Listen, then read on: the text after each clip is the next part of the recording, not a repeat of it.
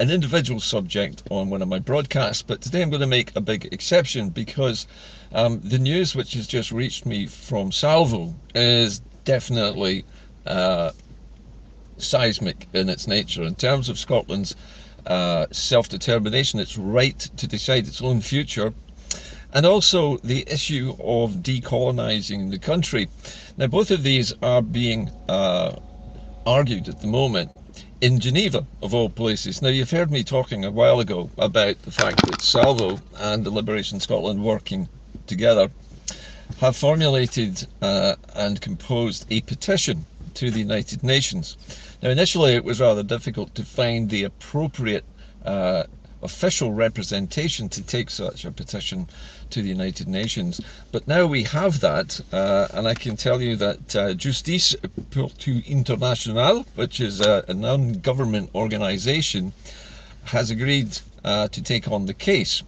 Now, what's interesting about the news coming from Salvo today and from Liberation as well, Liberation Scotland, through Sarah Salyers, is that this non-government organisation has received the petition and has looked it over carefully to check the wording, to check the facts of the matter, and to establish the solidity of the arguments for Scottish, first of all, self-determination rights, and also for decolonisation.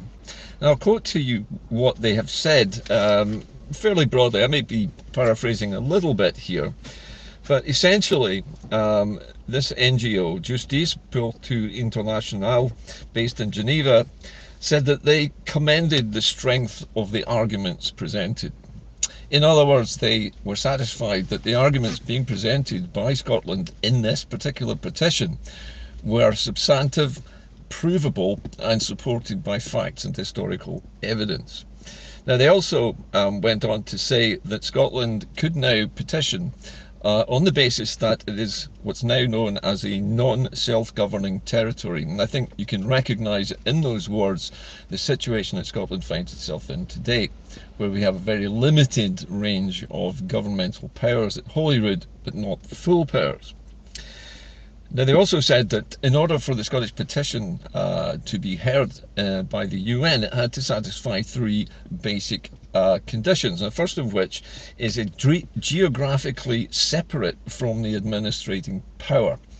Now, that means that the territory which is seeking first of all self-determination and possible decolonisation later on has to be geographically distinct and separate from the administrating power. And I think we can say that because England still recognises Scotland as a sovereign nation, and there is still a border between the two of them, and this is an historic fact.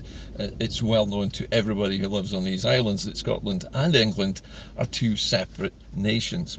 So we satisfy the first of those conditions. The second condition was that the nation petitioning, that's us, Scotland, should possess distinct ethnic, cultural and linguistic characteristics. Now, I think on all three of these definitions, we basically meet the criteria. We are ethnically different from the rest of the United Kingdom in many ways. Although Scotland is largely a multicultural society, it is mostly derived from, I think we'd have to say, white, Irish, Scottish, Pictish ancestry, although there have been many influences from other countries over the hundreds of years that Scotland has existed. In fact, Scotland pre-existed before England did as a nation. In fact, still is recognised as the oldest established nation in Europe, going back more than 800 years.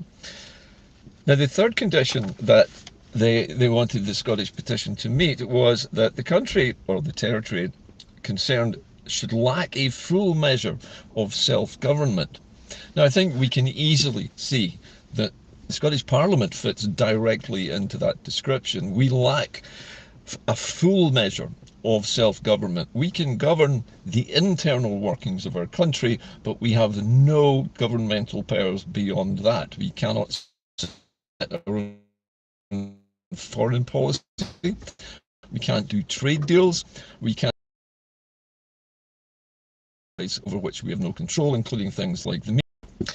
So again, we satisfy that condition. So all three of the primary conditions for us to be defined as a non-self-governing territory are already met. And the NGO has agreed that this is the case, so they're happy with that part of it.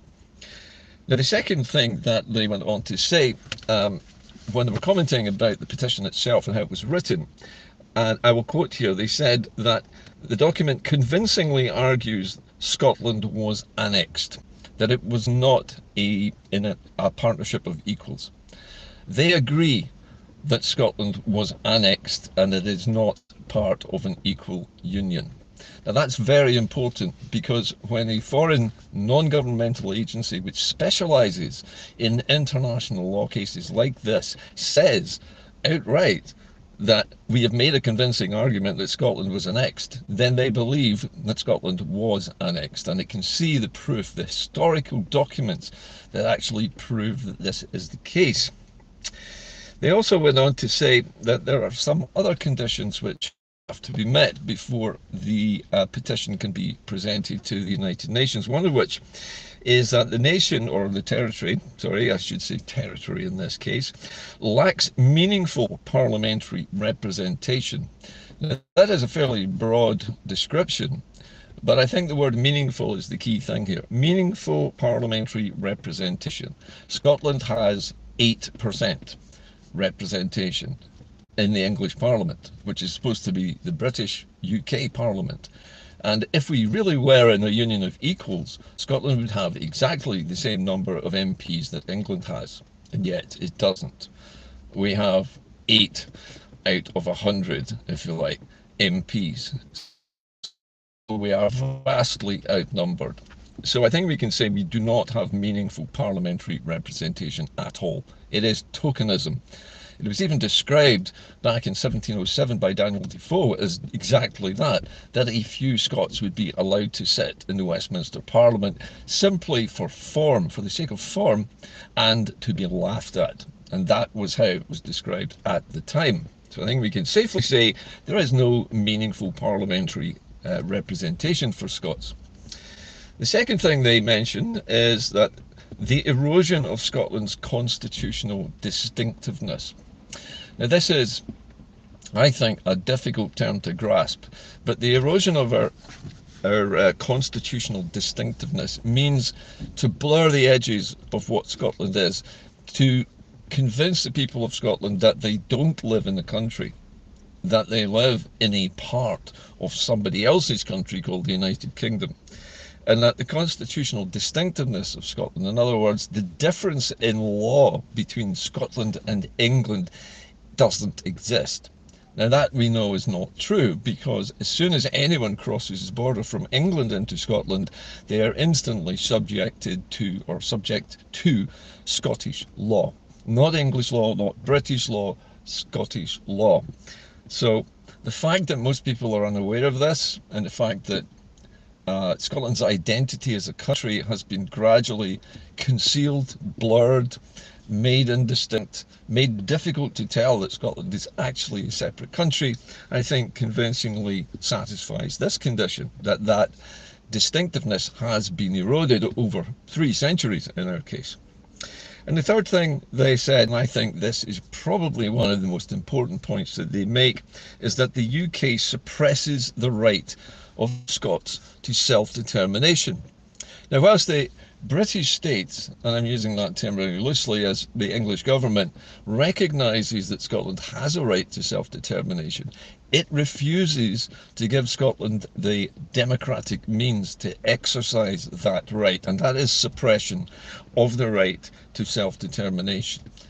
And because this has all been mentioned by the NGO in their assessment of our petition, we can pretty much say that that NGO agrees that the UK is and has been suppressing Scotland's right to self-determination probably for decades, but it's much more apparent now because they have basically said through their own Supreme Court in England that Scotland's Parliament does not have the legislative competence to hold an independence referendum without England's permission.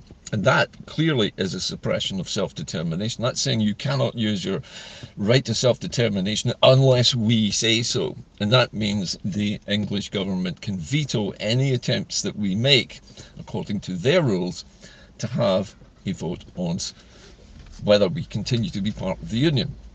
Now, what all of this adds up to, and I'm reading this out, I've been careful to try and quote as much as I can.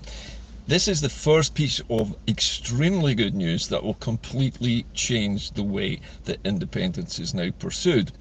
Up until now, the politicians at Holyrood, all of the pro-independence politicians at Holyrood of all parties, have made no attempt to go outside of the UK's jurisdiction to seek a judgment from the United Nations or from the International Court of Human Rights. And remember, self-determination is a human right, and that is also recognised by this non-governmental organisation, which is now going to be representing Scotland's case.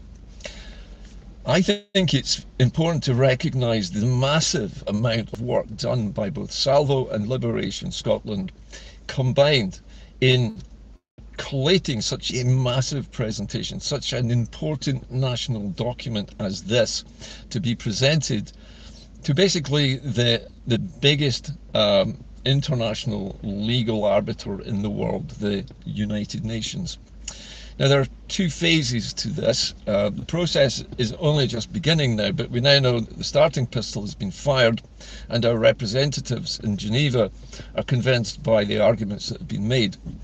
So because of that, the next step will be for them to tidy this petition up and probably to couch it in more legal terms that are normally used to format such documents when they're presented to the UN, and to fix a date to present this petition, to have it considered by the United Nations and possibly other arbiters, with a view of there being a ruling on Scotland's right to self-determination and the fact that it must be upheld by the United Kingdom, which is a member of not only the United Nations but also the Security Council of the United Nations. So it's a big player in the UN, and they would look pretty stupid if they refused a request like this.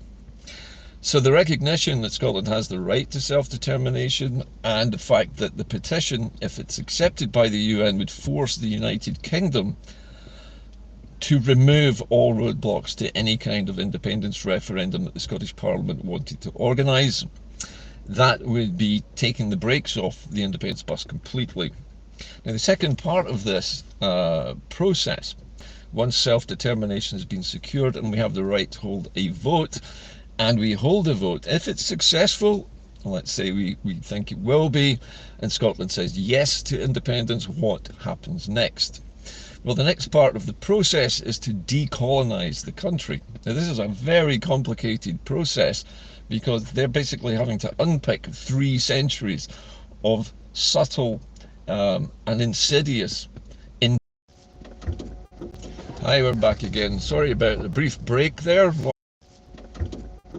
Hi, we're back again. Sorry about the brief break there. Lost the signal for a moment. However, back again. I just wanted to say, because we lost the signal and part of the programme was lost, we're at a point now where, having made the representations, and if we're successful in gaining our self-determination rights through the UN and we hold a vote and we say yes to independence, we then need to have the country decolonised. Now, this is a complex process because there have been probably hundreds of thousands of people have migrated from south of the border from England to live here in Scotland, many of whom, incidentally, are supporters of independence. They want Scotland to be independent, and they like living here, and they love being Scottish. Fine, isn't it? It's great. But there will be others who don't feel the same way, and their rights will have to be considered as well. So in decolonising the place from a social point of view, people who do not feel that they are Scottish but feel that they are British would need to have the right to either dual citizenship or the right to keep their British passports, which I don't see any problem with, and they could continue to hold that in an independent nation of Scotland. There would be no issue with that whatsoever.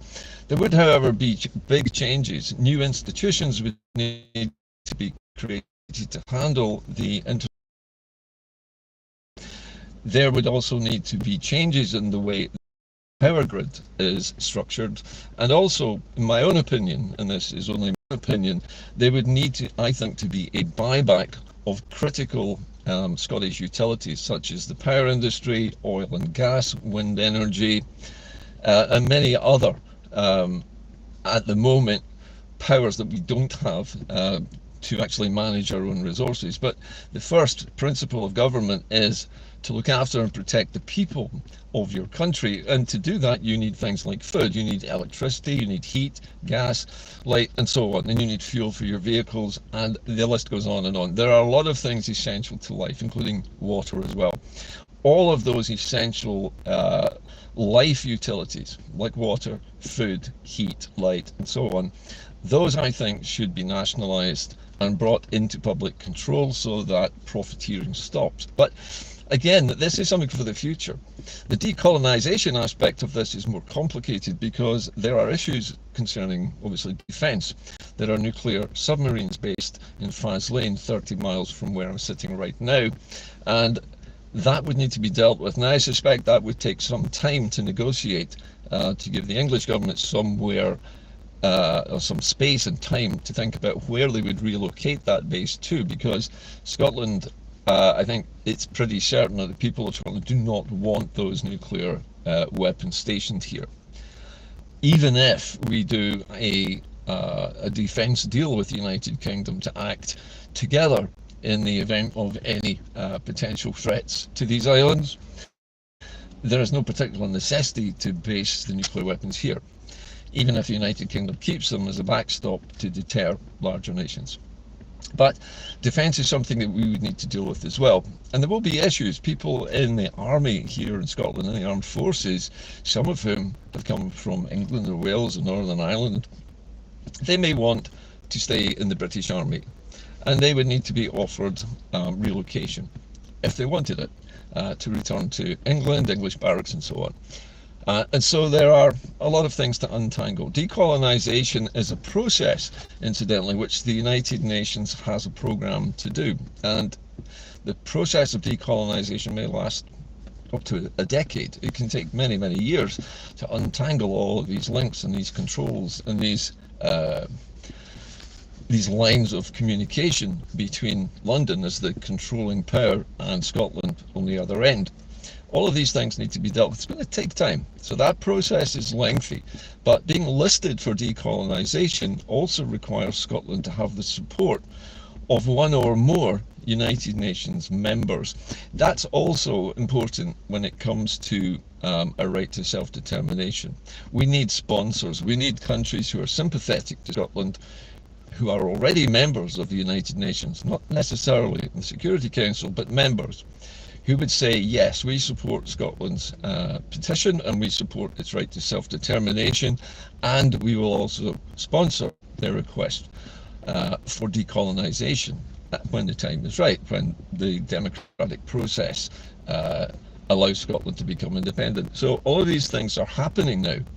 And what is, I think, most interesting of all about this news today is the fact that none of it came from any political parties.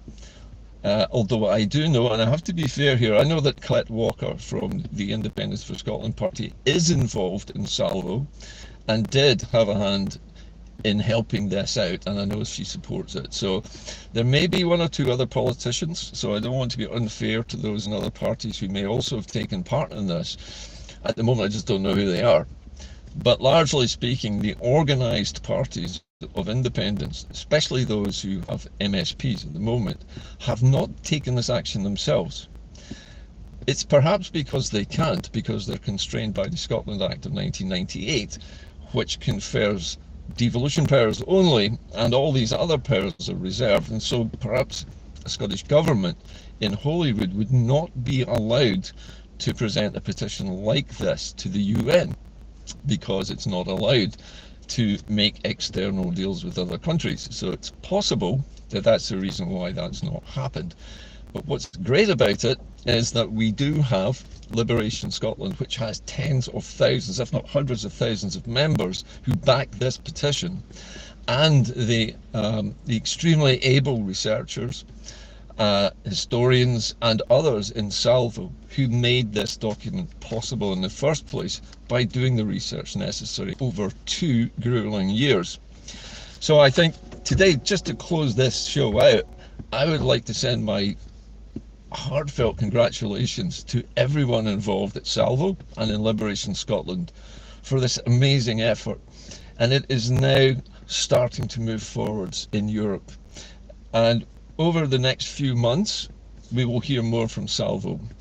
Sarah Salyers, who was interviewed incidentally on Norrie Hunter's Caledon Radio this morning, has said that we should look out for new news items over the next weeks and months, because it's us, the people of Scotland, who will need to be the most active in pushing this, because our politicians will not do it. They can't do it. They're not allowed to do it.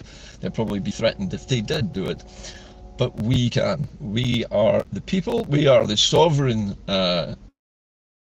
authority in this land, and we have the right to do this. And that is why this entire petition is likely to be accepted now, because it's us that is doing it. This is not a political party. This is not coming from an organisation of professional politicians. This is coming from the people themselves. And that's the most vital thing of all here. Anyway, that's it from Inde-Car today, but I am feeling more optimistic than I have felt in the last 15 years about Scotland's future. And I hope to still be alive to see the day when all of this comes to happen. Even if I don't make it, if I know it's going to happen, if I know we've won a referendum and decolonisation is going to start happening, I could die happy and know that my children and grandchildren and all of your children and grandchildren will grow up in a country which is fair, in which they have a right to affordable homes, affordable energy, affordable food, water, power, and no more profiteering by foreign corporations. A country which can support itself and has so much to export in terms of energy that it can support itself for centuries to come. That's it from Inde-Car today. Keep the faith. Things are starting to move. I'll see you soon. Bye for now.